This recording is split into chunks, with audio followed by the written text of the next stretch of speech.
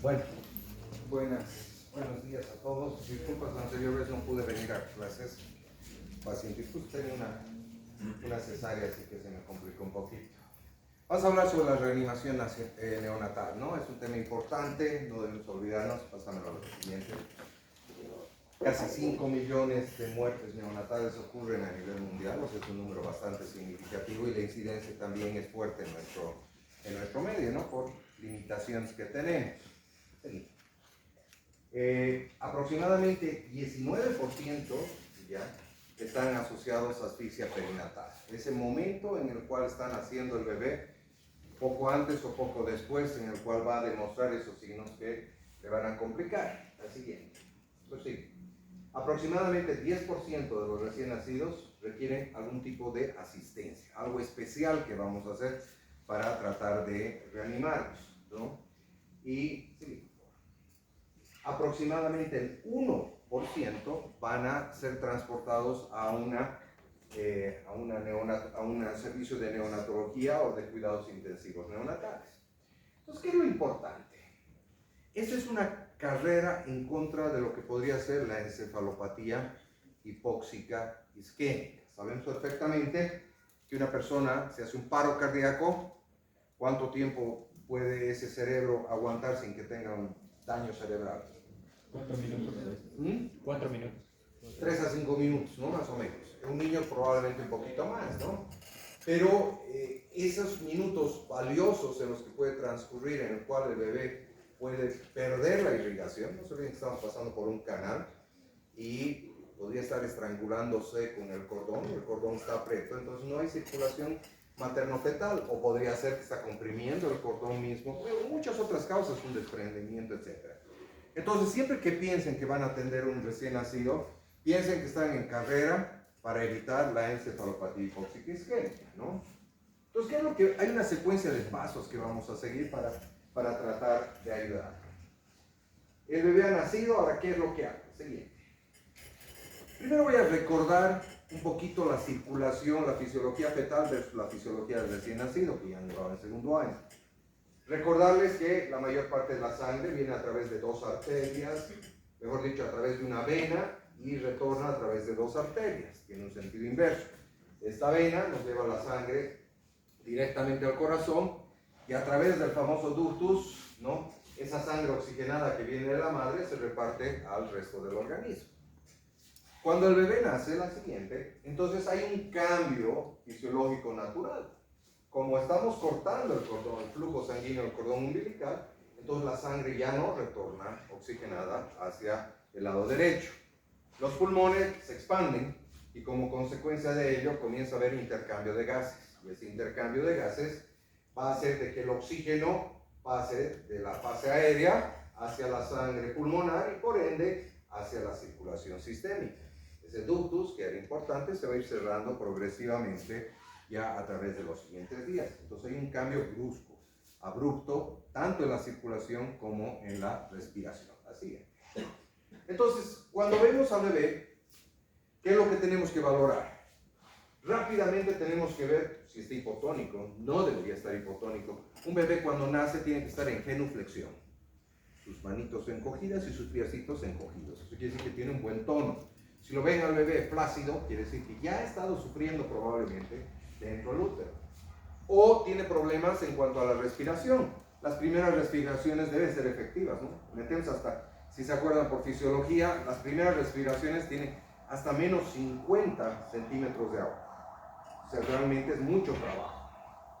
Si el paciente tiene bradicardia, si está hipotenso, si tiene taquipnea o tiene cianosis, son signos rápidos que podemos detectar que nos van a decir que este bebé está mal, ¿no? Hay dos tipos de cianosis. La acrocianosis, que es normal, ¿no? En los manitos y los pies, y eso puede ser por hipotermia, ¿no? Porque estamos saliendo de 36.6 grados del cuerpo humano de la madre, estamos saliendo a un ambiente de un quirófano que puede ser de 22 grados. Ese choque abrupto de temperaturas, por un lado los estimula, pero puede mostrar esa cianosis en manitos y en pies. Pero es muy diferente a la cianosis central, donde los labios están azules, donde el resto del cuerpo y las mucosas se ven azules. Esto ya es patológico. Esto puede ser normal al principio. La siguiente. Hablemos lo que es la apnea primaria y la apnea secundaria. La apnea primaria, ¿no?, es aquella que se manifiesta de entrada, ¿sí? El paciente nace y no respira. Eso también es considerado normal. ¿Por qué? Porque hasta que tenga el estímulo suficiente para hacer la primera respiración puede que pase unos breves segundos.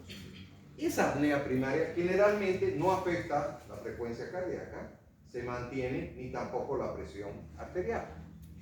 En cambio, la apnea secundaria es aquella que se manifiesta después. Que el paciente ha respirado un poco, ha hecho unas breves respiraciones, ha metido aire, ha inflado, pero después deja de respirar. A eso le llamamos apnea secundaria. La apnea secundaria ya es patológica.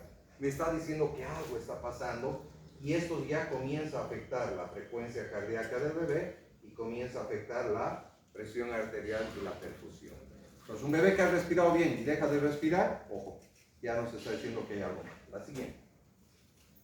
Este es el algoritmo que lo vamos a ir desarrollando en toda la clase, ¿no?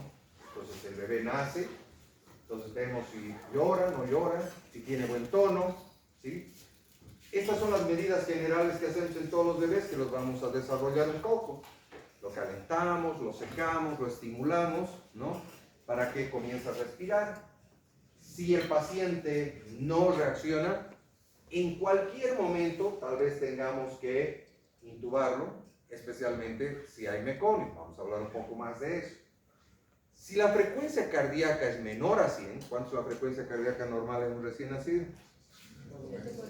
140 a 160. Entonces 100 ya es una bradicardia. Y si es menor a 100, ya es una bradicardia importante. Entonces, si hay bradicardia, entonces tenemos que comenzar a hacer ventilación con presión positiva, con bolsa. Si no hay bradicardia, tal vez podemos estimularle, ponerle oxígeno un poco más, ya una mascarita con 5 litros y ver cómo mejora o no mejora eso. Si se dan cuenta, el proceso es paulatino y tengo la obligación de auscultar, tomar una acción, volver a auscultar, tomar una acción. Entonces, todos los procesos de reanimación tengo que evaluar seriadamente. No es que lo evalúo uno y después me olvido. Si vemos que está dificultada con respiración dificultosa, tal vez le estemos despejar, aspirar, tal vez son secreciones, líquido amniótico que todavía permanece en los pulmones, que hay que aspirar. La siguiente. Si el proceso vemos de que empeora, no hay mejoría con la presión positiva que le estamos realizando, entonces ya tenemos que ver la manera de corregir la ventilación. Y más aún si la frecuencia es menor a 60 veces por minuto. En este caso sí tenemos que intubarlo al paciente, ¿sí? Vamos a necesitar ventilación asistida. Y lo vamos a intubar y lo vamos a ventilar por 30 segundos. Si el paciente recupera su frecuencia cardíaca solo con la ventilación, estamos muy bien. Pero si la frecuencia cardíaca no mejora o está inferior a 60, ya tenemos que pensar que ese corazón está deprimido y tenemos que utilizar masaje cardíaco, ¿no? Recién comenzamos a masajear. Si mejora, después de 30 segundos de ventilación y masajes, probablemente suspendemos los masajes y seguimos ventilando. Si no mejora y sigue deprimido con una frecuencia baja, comenzamos a pensar en los medicamentos. El medicamento que más utilizamos es la epinefrina o adrenalina. La siguiente. Bueno, esta es la pirámide de reanimación neonatal, ¿no? Casi todos los bebés que nacen tenemos que evaluar el riesgo, darle calor, aspirar y despejar las vías aéreas de secreciones, secar y estimular. La mayoría, todos. Menos frecuente va a ser administrar oxígeno, asistencia ventilatoria con bolsa o intubación endotraqueal. Y menos aún van a necesitar ya compresiones torácicas y la utilización de adrenalina. Entonces fíjense de que la mayoría de los niños que vamos a atender van a estar generalmente en estos primeros dos eslabones. La siguiente. Bueno, entonces vamos a ir paso a paso. ¿Cómo determinamos ya si un bebé va a necesitar reanimación o no? Lo primero, cuando uno entra, le pregunta al ginecólogo, ¿es a término o no es a término? Quiero saber, porque si es pretérmino, tengo más chances que se va a deprimir ese paciente.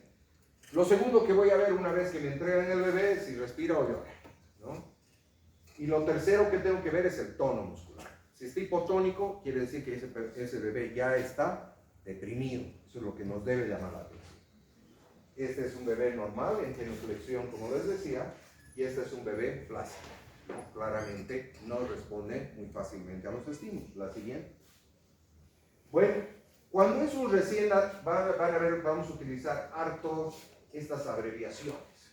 Cuando es un recién nacido con peso adecuado para la edad gestacional, ¿no? Que se utiliza internacionalmente esa abreviación, que decimos que puede estar en un percentil entre 10 y 90 y que es a término de 37 a 42 semanas, decimos que es un bebé que ya estaba listo para salir. ¿Qué hago? Proporciono calor. La mayoría de las clínicas tienen servocunas, ¿verdad? Que es una fuente de calor. Si no hay servocunas, algunas clínicas tienen un foco, ¿no? Un foco radiante, que a veces son demasiado fuertes, hay que tener mucho cuidado. Lo coloco, lo posiciono, lo seco. Para eso necesitamos varias mantas o toallas y lo seco lo más rápidamente posible, porque por convección pierdo el calor y los bebés fácilmente pueden hacer hipotermia y se van a poner azules. Entonces no voy a saber si el problema es respiratorio o es simplemente una baja de la temperatura. Lo seco y lo coloco en una posición de descanso. La siguiente. Esto es el equipamiento. Bueno, antes de pasar al siguiente slide, pásalo por favor.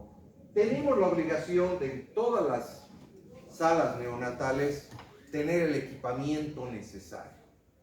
Ya tenemos que tener la fuente de calor, tenemos que tener elementos para aspirar, para auscultar, para oxigenar, máscaras de todo tipo.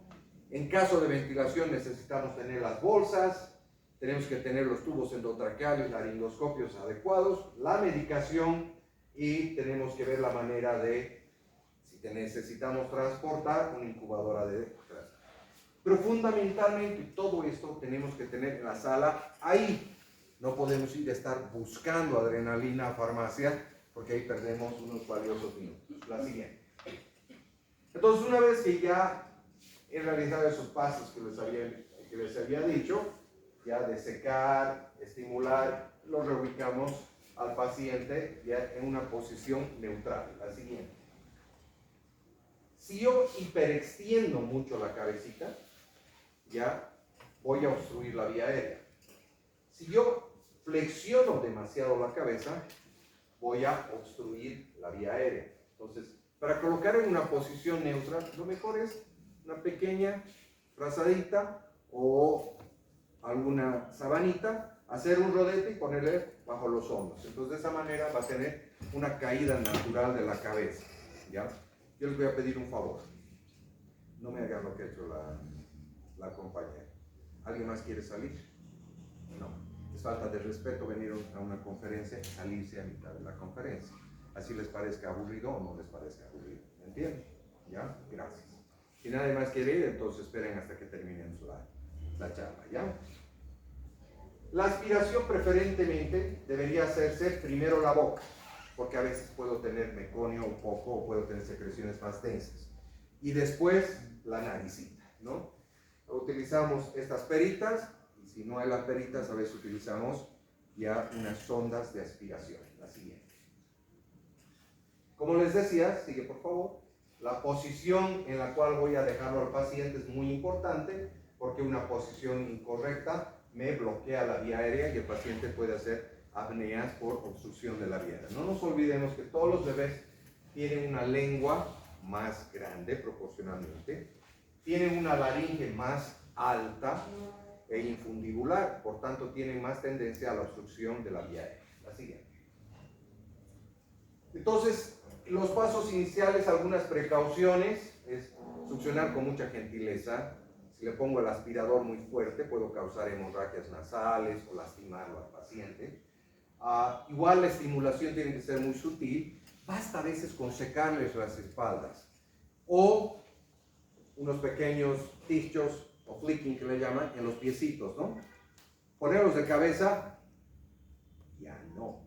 Todavía algunos ginecólogos sacan la guava, la ponen de cabeza y le dan una palmada. Eso está bien para los tiempos del siglo pasado.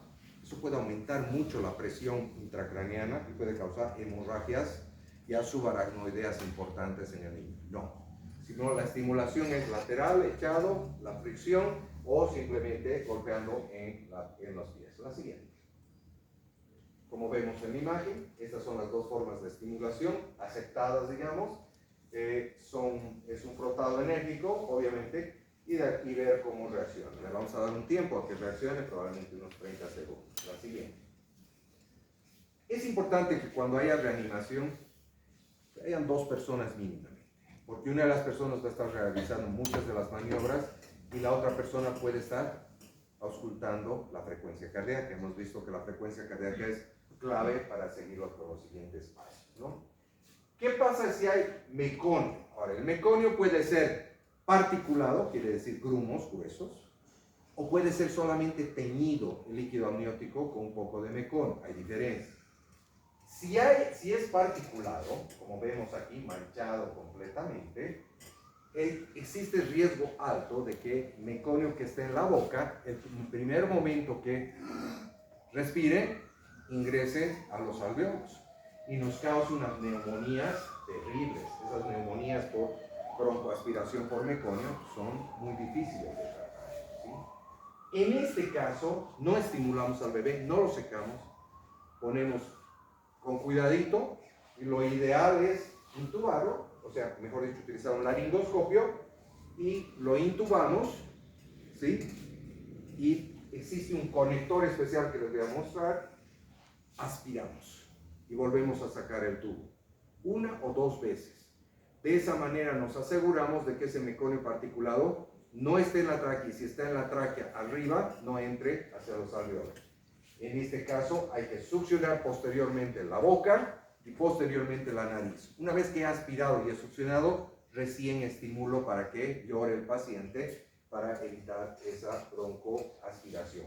Entonces los pasos son quitar secreciones boca-nariz, secar, estimular y reubicar posteriormente.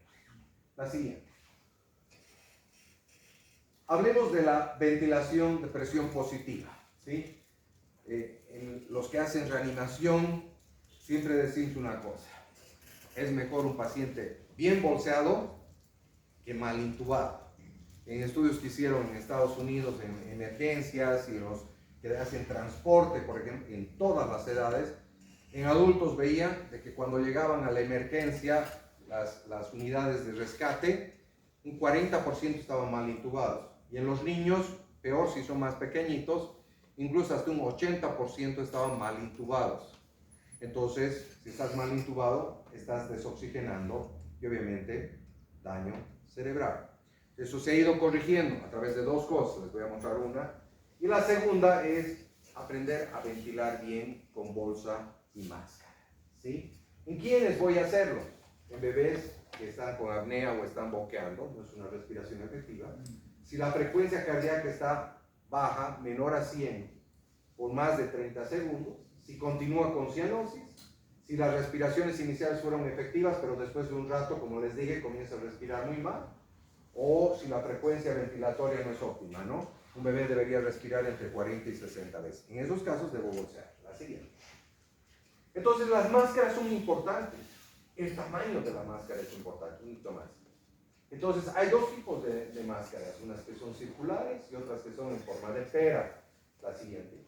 Estas mascaritas deben ser proporcionales al bebé. Una máscara que es muy grande va a tener fugas a nivel del cuello y podemos lesionar los ojitos, ¿verdad? Una máscara que es muy pequeñita va a presionar la nariz y no vamos a poder ventilar efectivamente. Entonces la máscara perfecta es la que cubre a nivel ya de la nariz y no pasa o sobrepasa el mentón, cualquiera de los dos tipos que tengamos. Entonces, bueno, conocer el equipo de reanimación que tenemos. La siguiente. Esa es la posición que habíamos puesto, habíamos dicho con una toallita. Si colocamos en una buena posición, la ventilación va a ser fácil.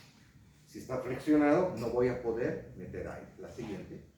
Entonces se necesita generalmente, lo ideal, 2 reanimadores. Lo ideal y la mejor posición es esta, a la cabecera.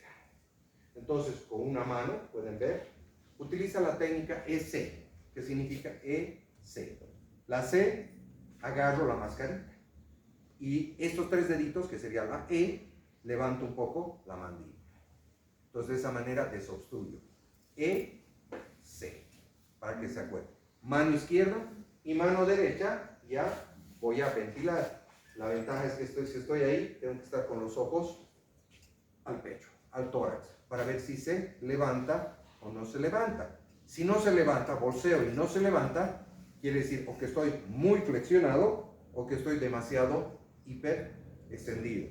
Vuelvo a posicionar otra vez al bebé y hasta que tenga una posición correcta. Cuando estamos de costado es más incómodo, fíjense en esa posición, no es como que si estuviéramos tratando de hacer esta cosa. La siguiente. Esta es la técnica S. Hay 2 tipos de bolsa, hay unas bolsas de anestesia que le llamamos y otras las bolsas autoinflables. Las que utilizamos generalmente nosotros son las autoinflables, ¿no? Las de anestesia tienen un manejo diferente en el cual hay que cerrar una válvula para que se infle. Entonces hay que tener un poco más de práctica. La siguiente. Bueno, una vez que he ventilado bastante, un minuto he estado bolseando, digamos, debo tratar de colocar una sondita. ¿Por qué? Porque parte del aire que he estado bolseando no solo está entrando a los pulmones, sino está entrando al estómago. Y se va a distender la barriguita. Uno va a causar presión en el diafragma y no va a respirar bien. Y 2, puede vomitar. Y si hay líquido amniótico, va a vomitar y se va a transpirar. La siguiente. Bueno, una vez que lo he bolseado, al paciente le he hecho la ventilación con presión positiva y ya está respirando, pero todavía no está respirando demasiado bien. Lo puedo dejar como que llamamos CPAP. ¿Qué quiere decir? Presión positiva al final de la expiración. O sea, ¿qué quiere decir? Le pongo bien la mascarita y mantengo un cierto grado de presión en la bolsita. No hago esto, simplemente un cierto grado. Y como está cerrado, estoy creando presión positiva. ¿Esto qué me va a ayudar? A reclutar alveolos, ¿sí? A reclutar algunos alveolos que pueden estar ya todavía colapsados. Eso le llamamos CPAP, que lo puedo hacer. Ahora, ya existen maquinitas de CPAP portátiles para colocar al neonato directamente, se le pone, se interpone y se puede usar, ¿me entienden? Pero eso es si todavía no ha mejorado. La siguiente. Entonces, la ventilación tiene que ser con no solamente máscaras adecuadas, sino volúmenes adecuados. Y eso veo con frecuencia. O usan una bolsita muy pequeña, que son para prematuros, que solo tienen 120 ml de volumen, o pueden estar usando una de reanimación pediátrica, que son de 500 ml, lo cual es demasiado. El volumen corriente que tiene el bebé, si pesa 3 kilitos, 3 por 60, 70, más, o mejor dicho, por 8 o 10 ml, que es el volumen corriente, más o menos son unos 30 ml. O sea que, fíjense, no necesito una bolsa muy grande, ¿ya? Tiene que estar conectada a una fuente de oxígeno. Siempre repito y siempre pasa. Nos olvidamos a veces conectar al oxígeno y estamos bolseando sin nada, ¿no? O alguien está pisando la manguera que trae el oxígeno de la pared, ¿sí? Las máscaras hemos mencionado. ¿Y en quiénes está contraindicados? Pregunta Alexander. El bolseo, cuando hay líquido meconial o cuando hay hernia diafragmática. Porque la hernia quiere decir que el intestino está dentro de un hemitórax. Si yo bolseo, el aire entra al estómago y del estómago a las asas. Las asas se van a hinchar. Entonces, el otro pulmón más lo voy a colapsar por presión. Entonces, en esos 2 casos, primero se intuba y después recién se bolsea. La siguiente. ¿Se puede utilizar el saturómetro? Sí. Pero no se confíen demasiado porque los saturómetros pueden fallar porque el bebé está frío, porque está cianótico realmente, o porque a veces las máquinas estas no censan bien la hemoglobina fetal. Ya, la saturación que se debería esperar más o menos al minuto 60, más o menos, 2 minutos más de 70, 3 minutos, fíjense, y más de 10 minutos debería estar saturando arriba de 90 para tener una relación normal. La siguiente. Bueno, evalúo 30 segundos de ventilación, la respiración y la frecuencia ya deberían estar normales. Pero si lo estoy al paciente ventilando, y la frecuencia está menos de 100, quiere decir que no es suficiente las ventilaciones. Entonces tengo que mejorar la frecuencia cardíaca y para ello entonces tengo que comenzar con, primero, lo ideal, intubarlo y luego las compresiones cardíacas. La siguiente. Para intubarlo necesito tener todo el equipo, como les decía. Fíjense que los tubos neonatales no tienen una bolsita aquí o un manguito insuflable, porque la parte más estrecha está por debajo de la glotis. Y si un insuflo puedo crear necrosis de la mucosa y después estenosis. Entonces, hasta los 6 años preferentemente utilizamos tubos sin manguito insuflable. Este por aquí que les iba a mostrar, no está aquí, después los veamos. Este de aquí, este es el aspirador de meconio. Esta parte se conecta al tubo endotraqueal y esto a la succión y aquí tiene un hueco. Entonces yo cierro el hueco y aspiro cuando estoy aspirando el meconio. Tengo que tener cánulas de aspiración, tengo que tener tela, tengo que tener laringoscopio. Este es un capnógrafo. ¿Ya? ¿Para qué sirve el capnógrafo? Detecta dióxido de carbono. Entonces cambia de color, se vuelve amarillo, quiere decir que estoy dentro del tórax. No cambia de color, quiere decir que no he intubado adecuadamente. Debo verificar el que tenga fuente de luz. A veces dejamos las pilas adentro o nos olvidamos ponerlas o ya están sulfatadas. O sea, todo lo que les digo es lo que puede causarles problemas de un juicio. Entonces, por eso tenemos que ser muy meticulosos en esto. Los dos tipos de bolsa, la bolsa neonatal y la bolsa ya pediátrica. Voy a hacer un preámbulo aquí. La mayoría de los problemas legales que existen son en este periodo crítico neonatal. Porque cuando una pareja está embarazada, espera 9 meses con mucha ansiedad y con muchas, digamos, expectativas de vida, ¿verdad? Entonces, si le pasa algo a su bebé, todos se vuelven locos, ¿verdad? Entonces, por eso es que insisto de que es muy importante de que tomen en serio de que cuando van a manejar un neonato, tienen que hacer las cosas correctamente si quieren evitar problemas legales y no sentirse mal en términos generales. Así bien. Bueno, entonces, la intubación, ¿cuáles son sus indicaciones? Hemos dicho aspiración meconial, cuando la ventilación no es efectiva, cuando requerimos hacer compresiones cardíacas, si existe hernia diafragmática, prematuros muy pequeñitos, o necesitamos administrar algunos medicamentos por vía traqueal. La siguiente. Los tubos son de diferente tamaño, como habíamos visto. 2,5 un prematurito, hasta un 4, digamos un bebé maduro, recién maduro, grande, digamos. En promedio utilizamos entre 3, 5 y 3, por lo general. Lo que les decía, no debería tener el manguito. ¿Cómo calculo el tamaño? Hay varias maneras. Puedo utilizar el peso en menores de 1, 2.5, a término, que es alrededor de 3.5. Utilizo que tiene un peso más o menos entre 2 y 3.000, ¿no? Y aquí vemos las edades gestacionales. O sea que la mayoría de los cuando es un bebé a término, vamos a estar utilizando un 3.5 o un 4. Es bueno tener 2 o 3 medidas para saber. La siguiente. La hoja que utilizamos en neonato es diferente a los adultos. En los adultos es curva, se han debido dar cuenta, porque la laringe está en diferente posición. La técnica en los adultos es ingreso con la punta curva en la vallécula y levanto la vallécula, entonces se sube la epiglotis. En cambio, en el bebé no, porque es muy alta, más arriba está la epiglotis y la laringe, no voy a poder, entonces utilizamos recta. Les voy a mostrar en unos breves instantes. Entonces, la profundidad es diferente. En el adulto, como les decía, tratamos de entrar a la vallécula. Hagan de cuenta que esta es la epiglotis y esta es la hoja. Paso la epiglotis y la atrapo contra la faringe. Esa es la técnica. Por eso necesito recta. O sea, al momento en que estoy pasando y elevando, puedo ver la glotis. Como vamos a ver algunas imágenes, ¿sí? Ahora, ¿qué tan profundo debo introducir el tubo endotraqueal una vez que he pasado las cuerdas vocales? Se puede utilizar esta fórmula. El peso del bebé más 6. Si pesa 3 kilos, más 6, 9. Entonces debería asegurarlo a 9 centímetros. Si pesa 4, más 6, 10. ¿No? Entonces, ¿y cómo sé que ya estoy bien, intubado bien?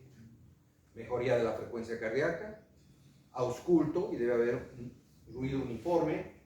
Si hay condensación, no nos guiemos demasiado, pero si hay condensación, se ve clarito la condensación. El capnógrafo y una radiografía de confirmación. La siguiente.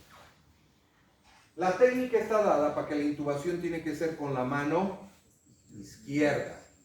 El laringoscopio se utiliza la mano izquierda, tanto zurdos como diestros, porque el canal por el cual vemos está dado para que yo pueda ver de este lado. Si utilizo al revés, no voy a poder ver el canal, o sea, estoy equivocado, ¿no? Entonces, esta es la forma, porque es chiquitita, de agarrar.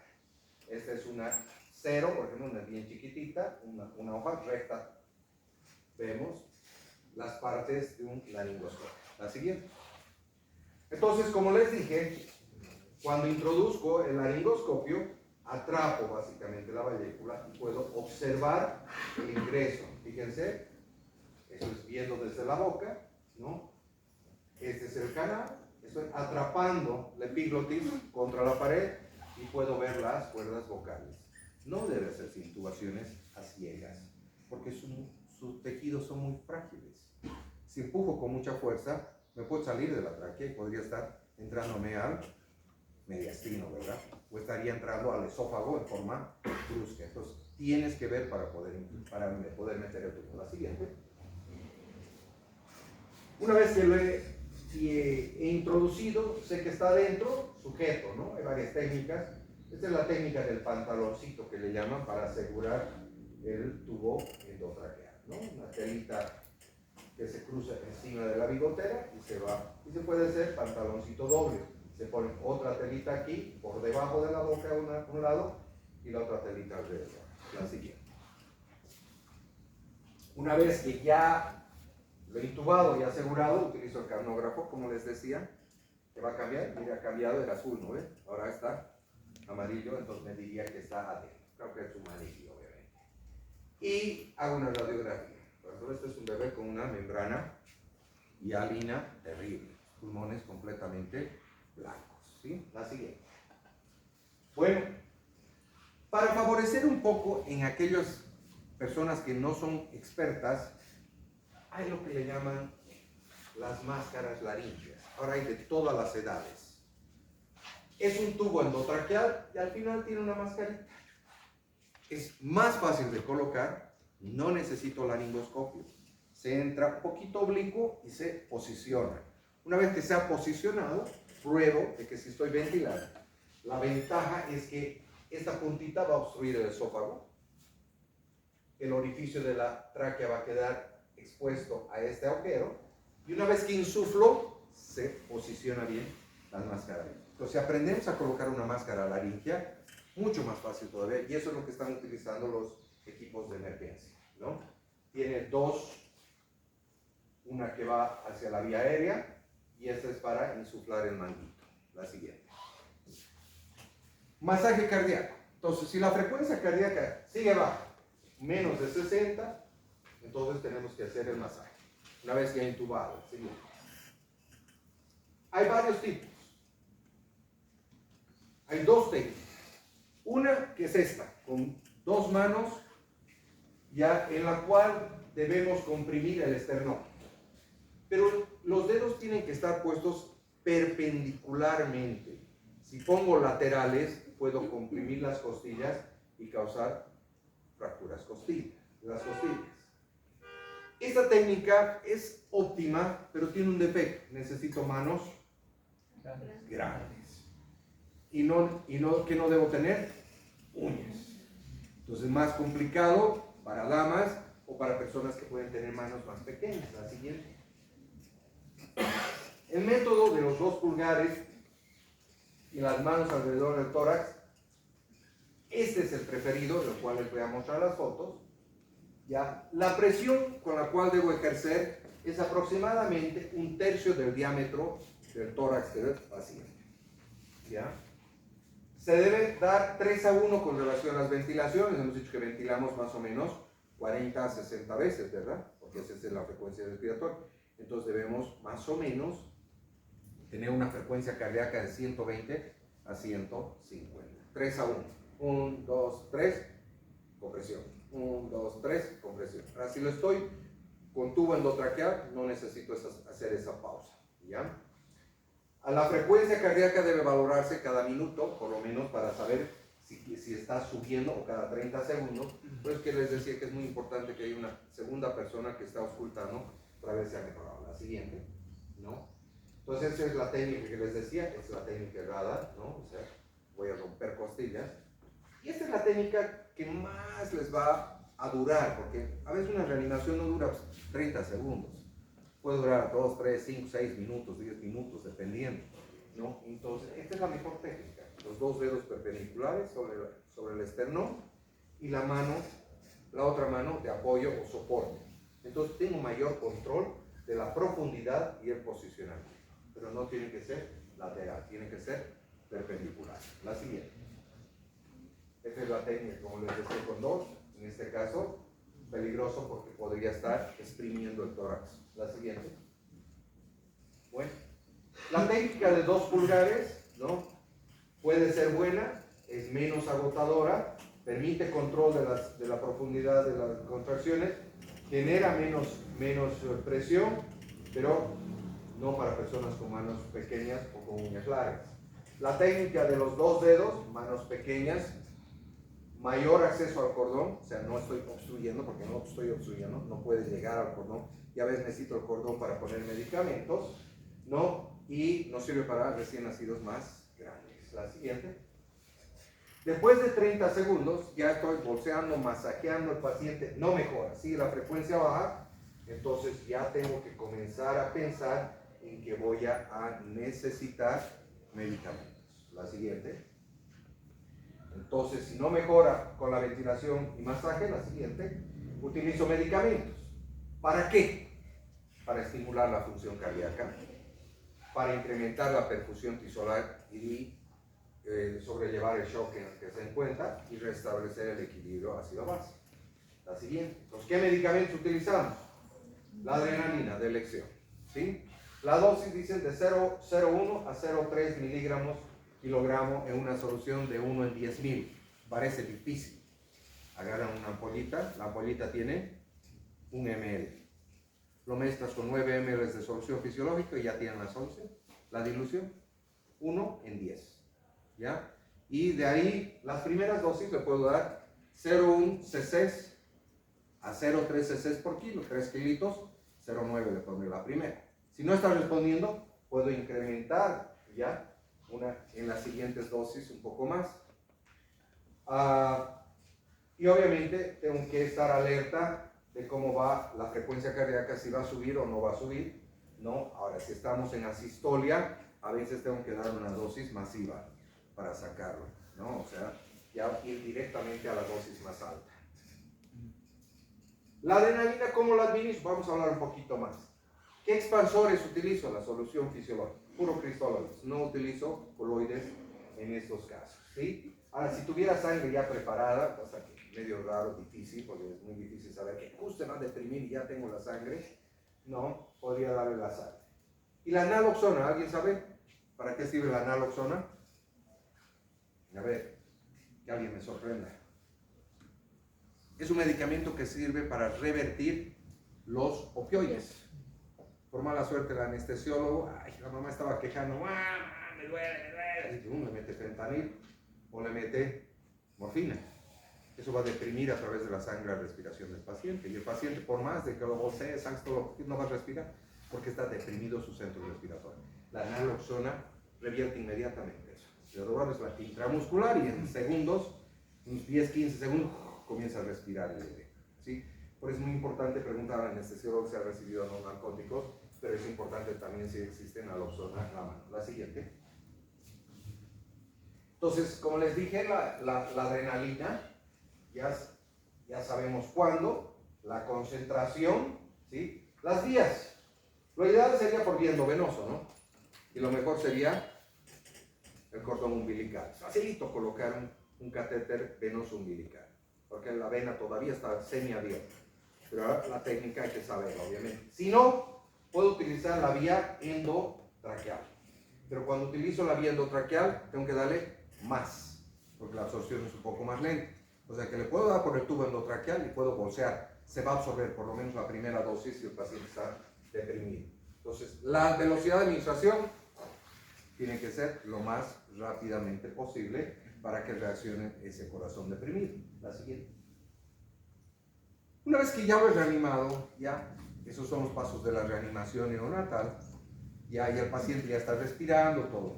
Haya o no haya tenido problemas, nosotros hacemos un resumen de cómo ha estado el paciente a través del score de Apgar. El score de Apgar lo medimos al inicio, o mejor dicho, al minuto, a los 5 minutos y a los 10 minutos generalmente vamos a medir. ¿Qué mide el score de Apgar? Frecuencia cardíaca, color, irritabilidad, tono y respiración. Y a cada uno de estos le damos un puntaje, 0, 1, 2. De acuerdo a color, por ejemplo, si está azul, está cianótico, 0. Si está crocianótico, 1. Si está totalmente rosadito, 2. Entonces, fíjense, a mayor score, ¿qué quiere decir que está el paciente? Mejor. A menor score, ¿qué quiere decir? Que está más deprimido. Entonces, si yo recibo un paciente, la doctorita y me dice, tiene un Apgar de 4 y 7, ¿qué pienso? Que ha habido una depresión bastante importante, ¿no? Quiere decir 4, probablemente su frecuencia cardíaca estaba cianótico, probablemente no respiraba, han tenido que bolsearlo y tal vez tenía una frecuencia cardíaca menor a 100, me está diciendo eso, ¿no? Entonces es importante.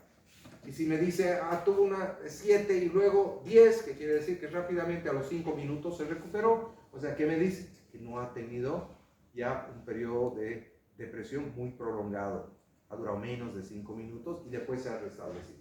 Este score lo tienen que manejar porque en función a eso nos comunicamos los médicos. La siguiente. Lo mismo, voy a hacer la evaluación del test de Silverman-Anderson, que valora movimientos, tiraje intercostal, la presencia o no de tiraje, la presencia de retracción sifoidea, la presencia de aleteo nasal y quejido expiratorio a la auscultación. ¿Qué es el quejido?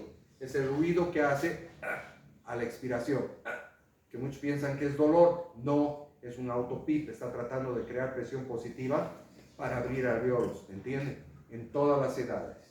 Pero este score es inverso.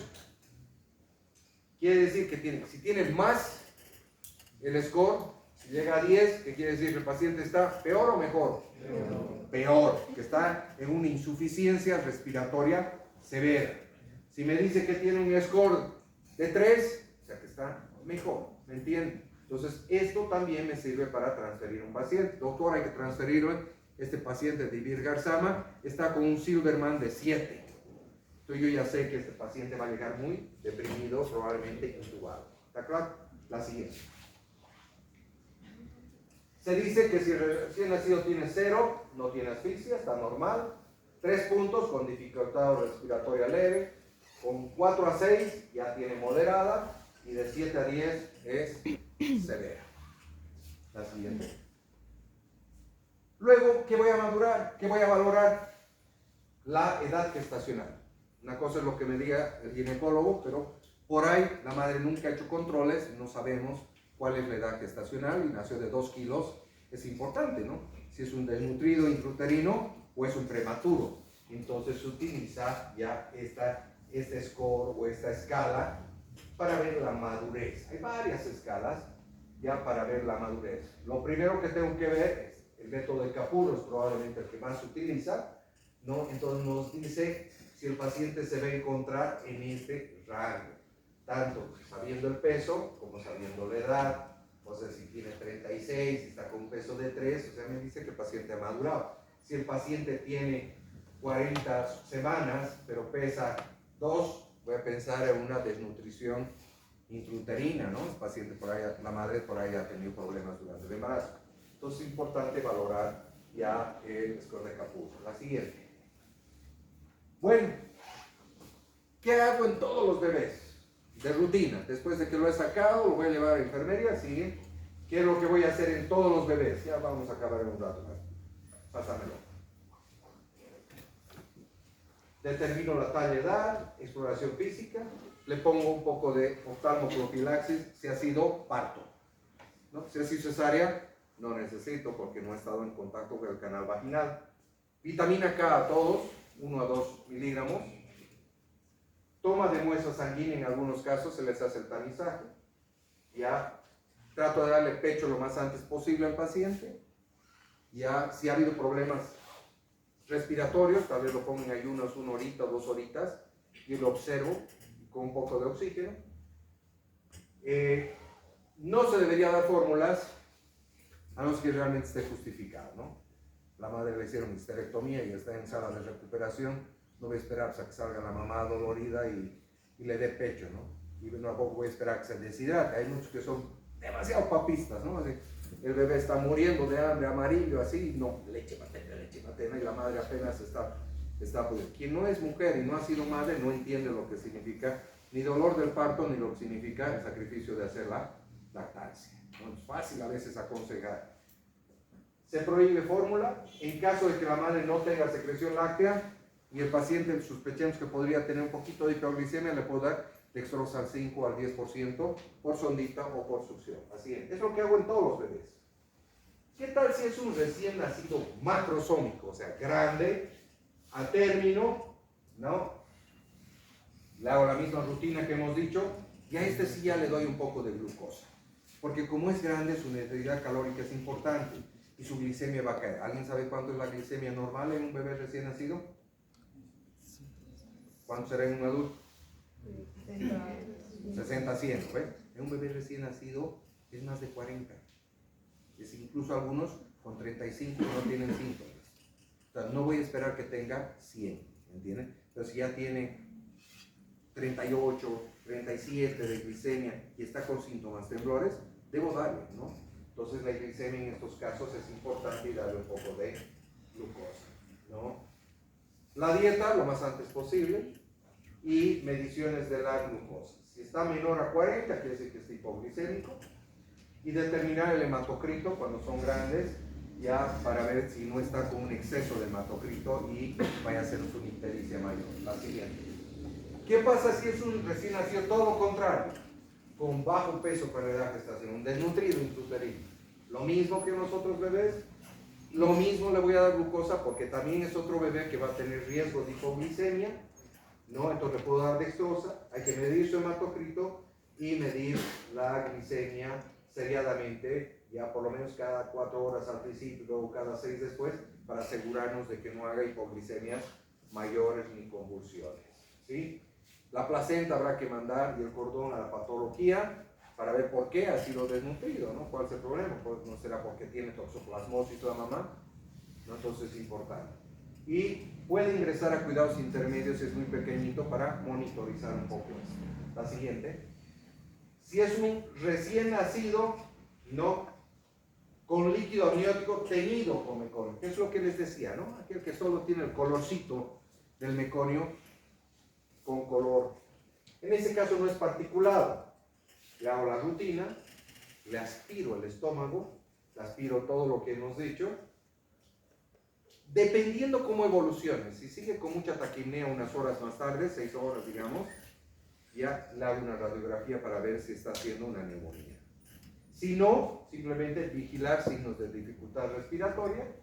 Es probable que lo monitorice unas 24 horas en neonatos para ver si hace distrés. La siguiente. Un recién nacido potencialmente infectado con ruptura prematura de membranas, más de 24 horas. Esto vamos a ver con frecuencia, ¿no? Ya que rompieron las membranas en la provincia, llegaron al hospital tal vez 18, 20 horas más tarde. Hay que hacer un cultivo, podemos aspirar secreción gástrica y mandar para una tinción de grano y un cultivo para ver si encontramos una bacteria y está contaminado el bebé. Habrá que hacer biometría, hemograma, PCR, hemocultivo. Habrá que mandar la placenta para ver y cultivar. Ingresa a cuidados neonatales, ¿no? Y hay que estar, ojo, si se nos va a hacer un shock séptico neonatal, ¿no?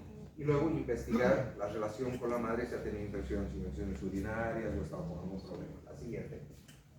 ¿Qué hacemos con un recién nacido a término, con peso adecuado para la edad gestacional, hijo de madre RH negativa? Lo primero que tengo que, bueno, toda la rutina. Entonces, desde el nacimiento, ya, lo primero que voy a preguntarle es si es primer hijo o segundo hijo. Pero no siempre, porque no se olviden que muchas personas pueden tener abortos espontáneos y ya puede que se haya sensibilizado la madre. Entonces no hay que guiarnos solamente por eso y decir, no, está bien, pero le voy a medir el grupo sanguíneo, le voy a hacer CUMS directo con la madre, no, voy a ver reticulocitos y hematocrito para ver si está hemolizando. Si está hemolizando, obviamente tiene que entrar a terapia intensiva. Si es un niño positivo, es de alto riesgo. Ya se dice que si el bebé en las primeras ya 2 a 3 horas ha aumentado más allá de 6 miligramos, la bilirrubina total, es de alto riesgo. Es muy probable que este bebé necesite exsanguíneo, transfusión. Entonces hay que monitorizar la bilirrubina con frecuencia y ver el grado. Hay unas curvas o tablas para ver hasta qué punto está yendo o está acelerándose la hemólisis en el bebé. La siguiente. Hijo de una madre diabética con buen control prenatal. O sea, madre que es responsable, que venía. Realmente no hay mucho problema, pero a veces salen macrosómicos esos bebés. Entonces, y además como la madre tenía diabetes, está acostumbrado el bebé a grandes cantidades de azúcar. Entonces tal vez requiere un poquito de glucosa al inicio, ¿no? Monitorizar con glicemias capilares, ¿no? Tal vez ingrese a cuidados neonatales. ¿Ya? La siguiente. Recién nacido madre diabética con control inadecuado. Aquel que no se ha cuidado, entonces el bebé puede ser pequeñito, hipotrófico a veces.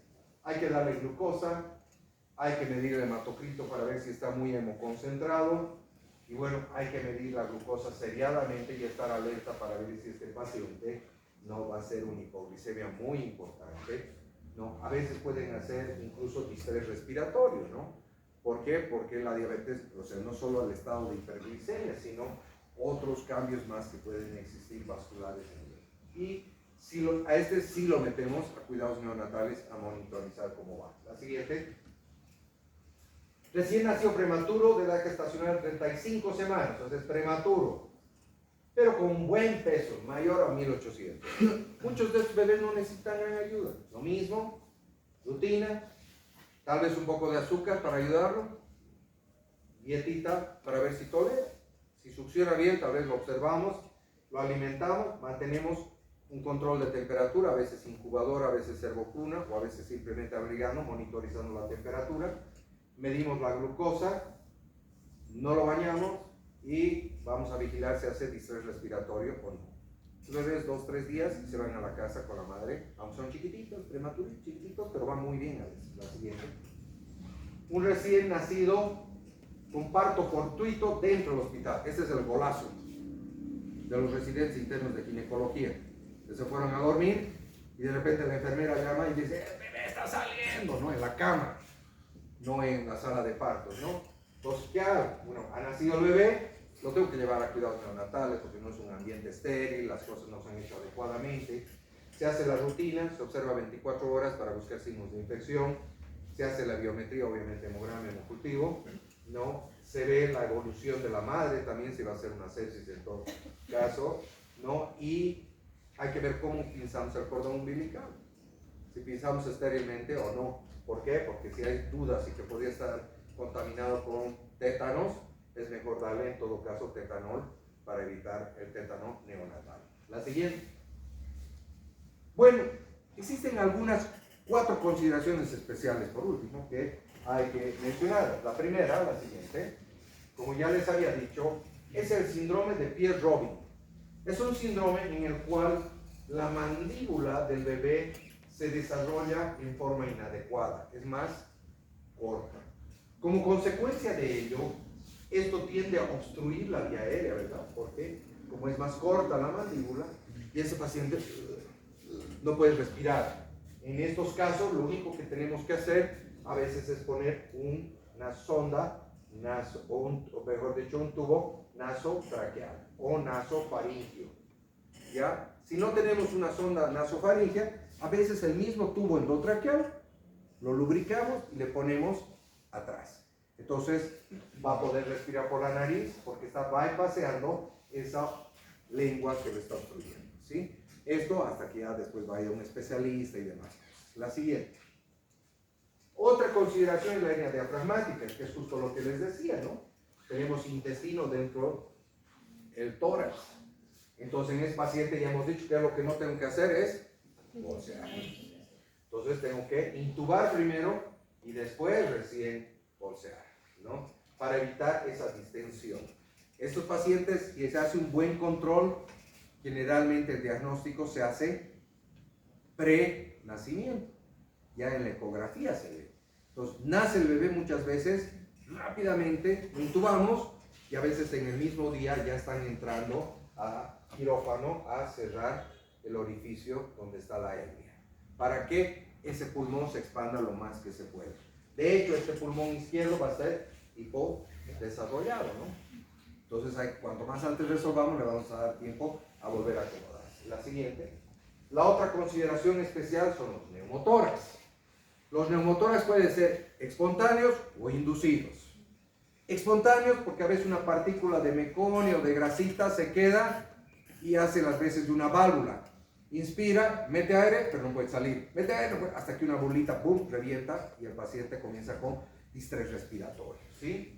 Son generalmente, atención, fíjense, este neumotórax, atención, pulmón izquierdo prácticamente, o derecho es un muñón, el corazón desplazado a la derecha y está respirando con el izquierdo.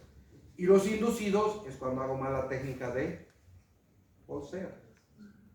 Si le pongo mucha presión, es como un globito que lo voy a reventar. En estos casos de emergencia puedo hacer una punción con una aguja. Es una alita, antes se ponían las alitas, ya no conocen eso, es del siglo XX era eso.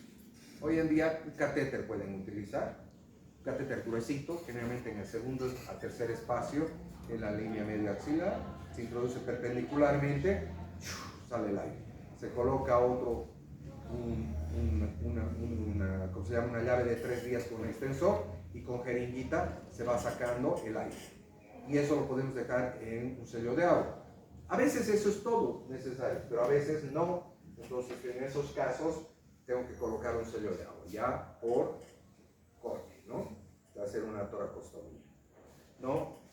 Lo que sí tienen que recordar es por dónde pincho. ¿Arriba o abajo de la costilla? ¿Ah? Arriba de la costilla, ¿no? Porque si pincho por debajo, va a pinchar la arteria y se va a ir en hemorragia. Entonces siempre acuérdense, arriba de la costilla es donde voy a pinchar, ¿ya? La siguiente. Y por último, la atresia coanal. Algunos bebés por algún motivo ya nacen con las coanas no permeables. Entonces no pueden respirar por la nariz. Y los bebés son respiradores nasales, necesitan. Cuando no pueden respirar por la nariz se desesperan. Entonces claramente este bebé no va a poder respirar efectivamente ni por la boca ni la nariz. Trato de pasar una sondita y no pasa, ¿no? Se va a poner ciano, no me queda otra que mantener abierta la boca. Como tiene lengua grande, la única manera que me voy a asegurar de que esté la vía aérea abierta es utilizar una cánula orofaríngea, ¿sí? ¿Hasta cuándo? Hasta que ya después se pueda corregir esa situación ya quirúrgicamente y mantener las cuerdas. La siguiente. Bueno, ese es un resumen de lo que viene a ser la reanimación neonatal. No sé si tienen algunas preguntas, alguna duda. Lean. La próxima vez que entren a quirófano y vean, imagínense cuadros, ¿no? Situaciones que pueden pasar y vayan repasando, y esa es la única manera de aprender, ¿no? Muy bien, les agradezco, que tengan una buena tarde. Chao, chicos.